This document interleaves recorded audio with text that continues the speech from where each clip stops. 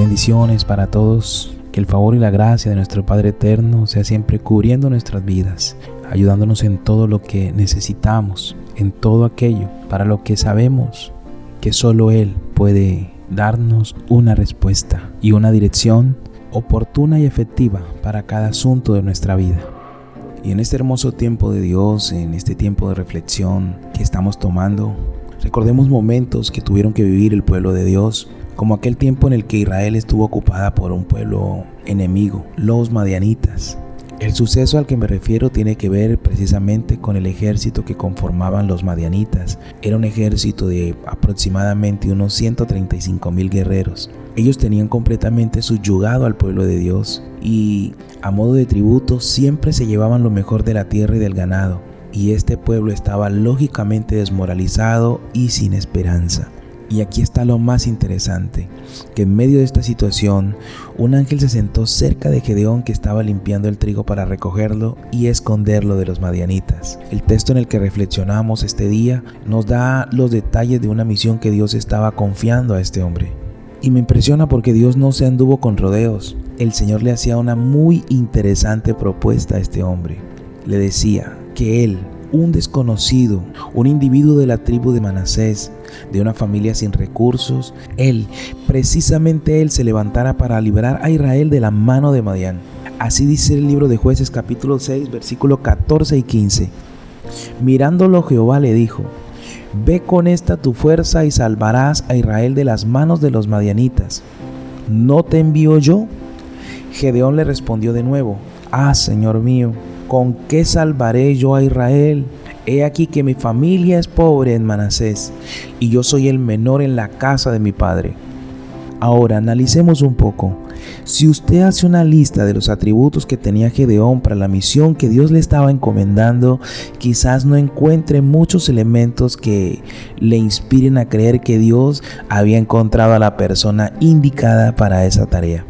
Y la verdad es que probablemente Gedeón no tenía la experiencia en lo militar, ni era muy experimentado en la dirección de otros hombres.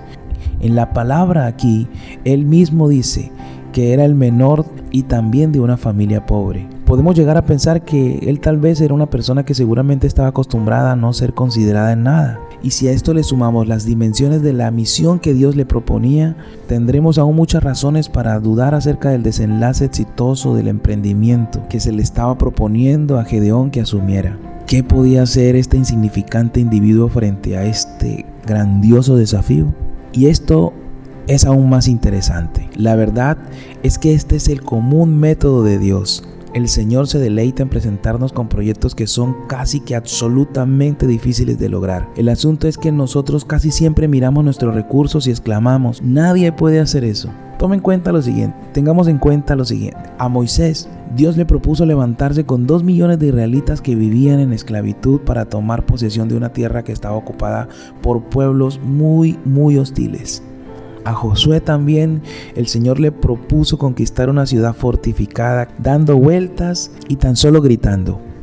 Y es aún impresionante que a Jonás le propuso predicar acerca de la humillación a un pueblo que se había propuesto la conquista del mundo. A sus apóstoles el Señor les propuso que hicieran discípulos en todas las naciones de la tierra. Así es, bastante intrigante. Es a veces esa sensación que sentimos cuando estamos completamente desbordados por la magnitud del proyecto que Dios nos presenta. Y es eso también lo que nos asegura que estamos frente a una propuesta divina. Dios nunca nos hace partícipes de planes que pueden ser logrados por nuestras propias fuerzas. Dios nunca nos presenta planes que pueden ser logrados por nuestras propias fuerzas. Cosas sencillas que usted y yo podemos hacer o deducir. El Señor se deleita en meternos en situaciones donde toda nuestra astucia, nuestros recursos, nuestras proyecciones y nuestras ideas se ven absolutamente ridículas. Este es el método de Dios. Si usted quiere participar en los proyectos de Dios, necesita sentir y aún necesita entender que sus propios recursos son completamente insuficientes y a veces inadecuados. Los proyectos de Dios solo se logran con los recursos que Él provee.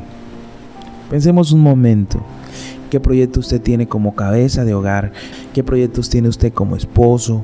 ¿Qué proyectos tiene usted como empresario? ¿Qué proyectos tiene usted como líder? ¿Qué proyectos tiene usted como pastor? ¿Qué proyectos tiene usted en su vida? ¿Qué desafíos representan esos proyectos? ¿Se anima usted a echar por la borda las proyecciones humanas para comenzar a soñar a lo grande? No solo con la transformación de algunas vidas, con la idea de alcanzar algunas almas cerca de usted, sino con alcanzar una ciudad completa, una nación y aún el mundo entero. Si otros se ríen de lo impresionantes que pueden llegar a ser sus proyectos, seguramente usted está en la misma sintonía que el Señor. Tratar de alcanzar cosas que a veces suelen parecer imposibles. Así son las cosas de Dios. Para la mente humana, sus propuestas son imposibles. Dios primero, para que nos vaya bien en todas las cosas.